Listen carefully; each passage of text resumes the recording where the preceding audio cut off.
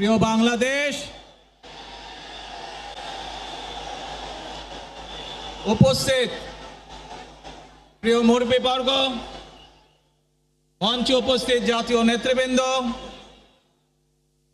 আমার সামনে উপস্থিত প্রিয় ভাই ও বোনেরা এবং মিডিয়ার মাধ্যমে সমগ্র বাংলাদেশ থেকে যারা দেখছেন এই অনুষ্ঠান, প্রিয় ভাই বোনেরা, প্রিয় মা বোনেরা, আসসালামু আলাইকুম।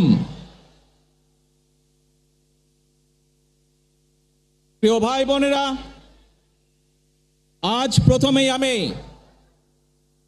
রাব্বুল আলামিনের দরবারে হাজারো লক্ষ কোটি শুকরিয়া জানাতে চাই।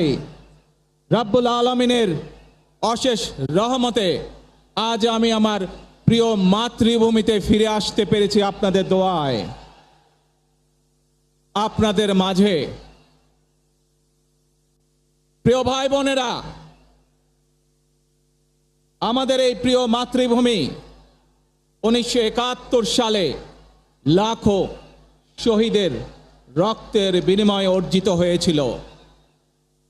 ঠিক একইভাবে 75-এ আবার 7ই নভেম্বর আধিপত্যবাদীদের হাত থেকে রক্ষার জন্য সেদিন সিপাহী জনতার বিপ্লবের মাধ্যমে আধিপত্যবাদের হাত থেকে দেশকে রক্ষা করা হয়েছিল। একইভাবে পরবর্তীতে 90-এ স্বৈরাচারের বিরুদ্ধে এদেশের জনগণ, এদেশের খেটে খাওয়া মানুষ তাদের গণতান্ত্রিক অধিকারকে ছিনিয়ে এনেছিল, কিন্তু তারপরেও ষড়যন্ত্রকারীদের ষড়যন্ত্র থেমে থাকেনি।